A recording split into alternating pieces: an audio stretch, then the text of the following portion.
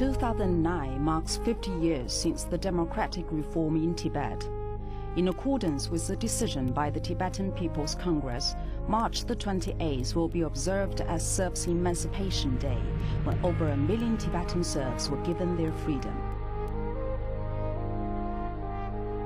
In recent years, the authorities in the US have established in the state of Virginia the first museum recording the country's history of slavery.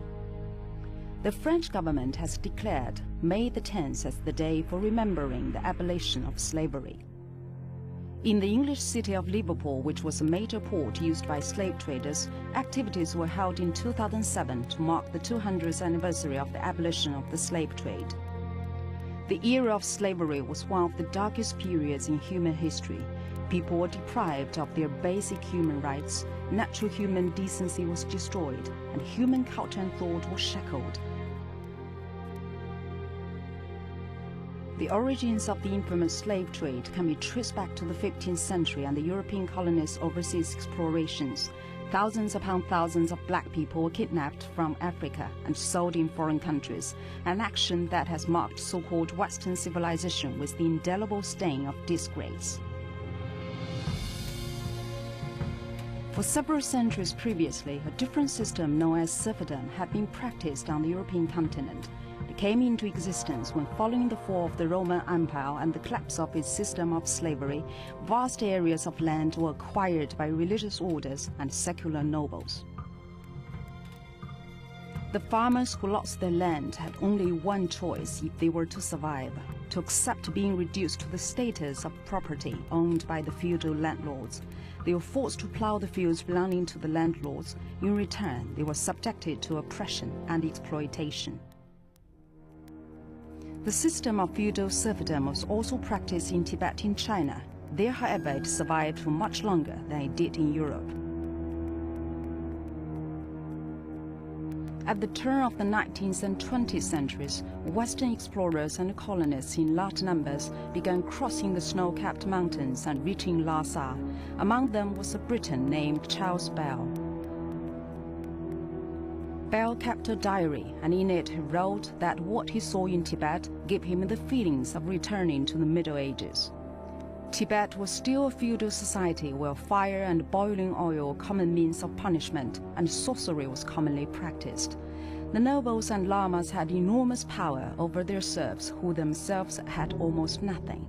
In short, Bell said everything he saw there reminded him of the brutality and savagery of Europe in the Middle Ages. During the Middle Ages in Europe, a strict relationship of ownership existed between the landlords and the serfs. The king, the nobles, and the bishops formed the ruling feudal class. They forced the serfs to work in their fields, and in return allotted them a small plot of land to till for themselves. However, the purpose of giving the serfs land was not to allow them the chance to lead a decent life. It was, in fact, to ensure that the serfs were physically strong enough to work for their owners. 欧洲人在评价这个欧洲农奴制的时候，用这样话叫 "only his belly"， 这意思就是什么是农奴他自己的呢？只有他的肚子是他自己的，就是他的财产只有他的胃。A similar expression was used far off in the East. In Tibet, it was said that the only thing a serf could take with him was his own shadow. All he left behind him was his own footprints. Like their counterparts in Europe, Tibet's landlords obtained their land in the form of feudal grounds. From the 14th century onwards, most of Tibet's territory, the pasture, forests, mountains and rivers, as well as the livestock, was owned by government officials, nobles and senior lamas. They were the three pillars of rule in Tibet, despite accounting for just 5% of the population.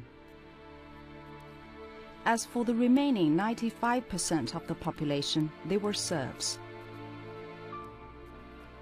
There was little difference among the serfs in terms of their economic situation and degree of freedom.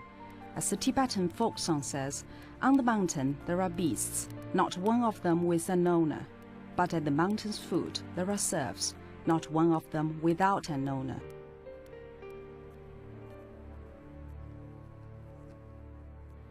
Lalu's farm lies just outside Lhasa. Here, everything, as far as the eye can reach, used to belong to a landowner called Lalu. But while the crops in his fields were thriving, the fields belonging to his serfs were covered with weeds. The serfs had no time to tend them because they were spending all day working the owner's fields.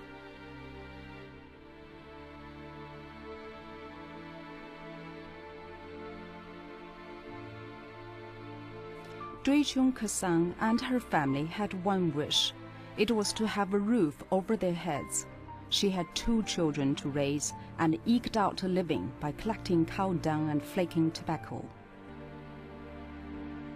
In Tibet, as in the West, the serfs could only survive by spending every spare moment doing extra jobs.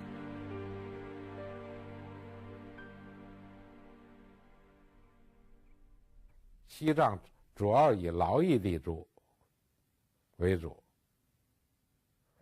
劳役地主的前提就是要对人身进行更严酷的限制，因为他劳役他不是交东西，首先要把人控制住。说这种对人身的控制，就类似于奴隶。这是而且西藏的劳役，农奴的劳役成分看的是要比欧洲劳役地主时期更为严酷。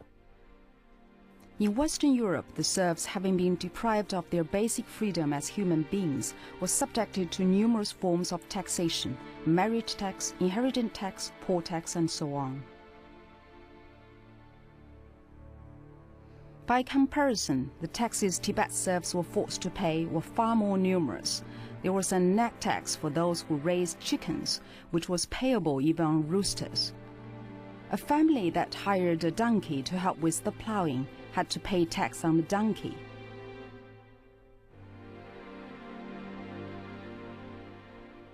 一个牛，你比如说，它3年清场一次，5年清场一次，你有10头牛，那么你每年就按10头牛，每头牛多少输有多少来账，你年年得交。6年以后，你这个牛死光了，你还得交10头牛，哎，所以它叫不生不死。 你死光了，你还得交。 Li Guozhu entered Tibet not long after the peaceful liberation. She witnessed how one farm's housekeeper controlled the women serfs who wove the pulu fabric that is used in making traditional Tibetan clothing. 他在干活织铺路的时候，不让这个小孩哭了，不让去喂奶。 也不让你随便起来说是要去小便了，他们怎么办？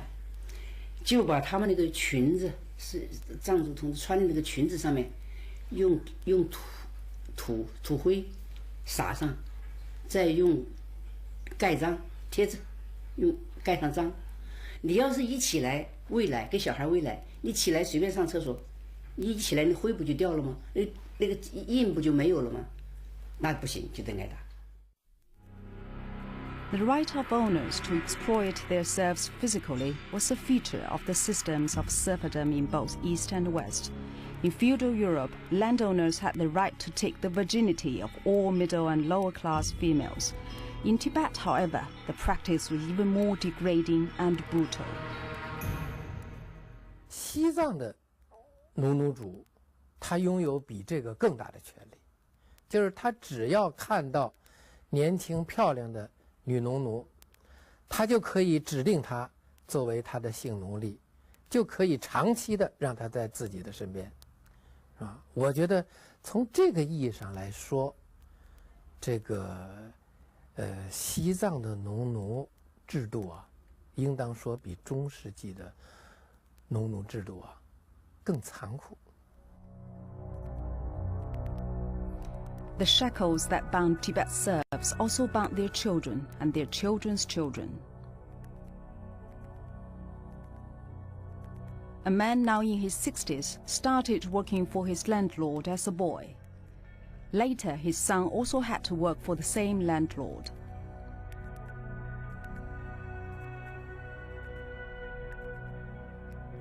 The child of a serf was born a serf.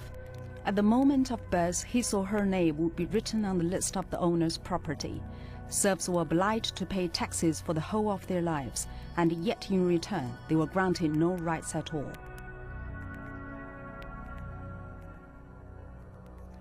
A rigid hierarchical system characterized the system of feudal serfdom in both Old Tibet and medieval Europe.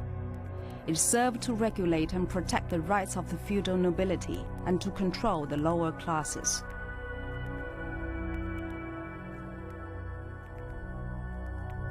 In medieval Europe, society was divided into three classes: the priesthood, the aristocracy, and the common people.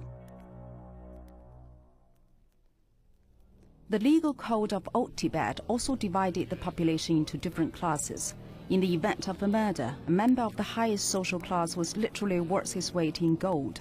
By contrast, the life of someone at the bottom of society was worth no more than a price of a store rope. 藏族有一种理论，就叫做这个骨系，按骨头算的。它目的就是为了分清这个三大领主、贵族和农奴之间的界限。那么你农奴是骨头就是黑的呢？ 什么永远都是这样，你如果是铁匠，你永远就是黑骨头，是最低阶的；你是贵族匠，你永远就是贵族，是高贵的。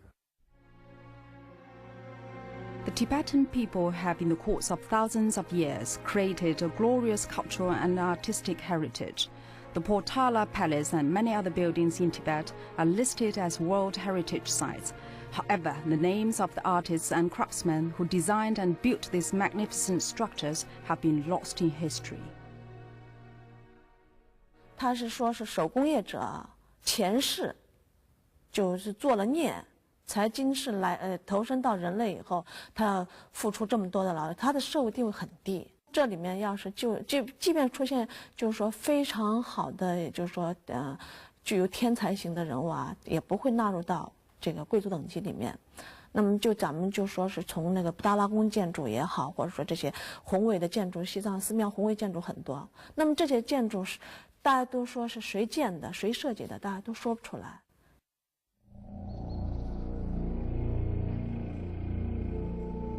In the small town of Rothenburg in Germany, there's a museum dedicated to medieval crime. On display there are many instruments of torture.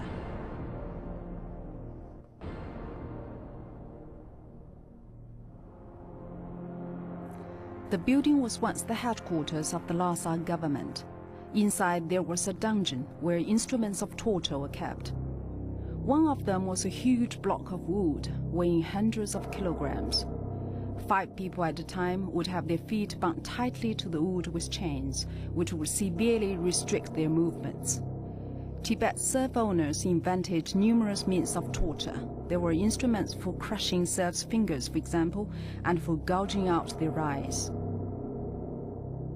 A French explorer of the early 20th century, Alexandre Devenir, wrote, "The Tibetans like to use instruments of torture and to punish people by cutting off their limbs.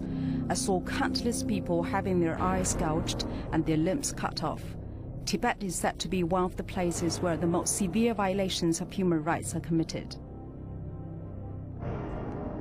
Lin Tian is a former correspondent with the Xinhua news agency. He once heard people in Tibet talking about the instrument of torture called the red leg iron. He discovered that the leg iron was in fact made of black iron. So why was it called red? 所谓红脚料就是从印度进口的那个铁板子，烧红了以后把它折开，就这样子，这么把两只脚这样子就搞。一般是垫上一个破羊皮，那个羊皮很薄的一层，你想那个铁烧红了，多大的那个热量，结果就被脚就烫的就烫烂了，烫烂以后就流脓流血就死了。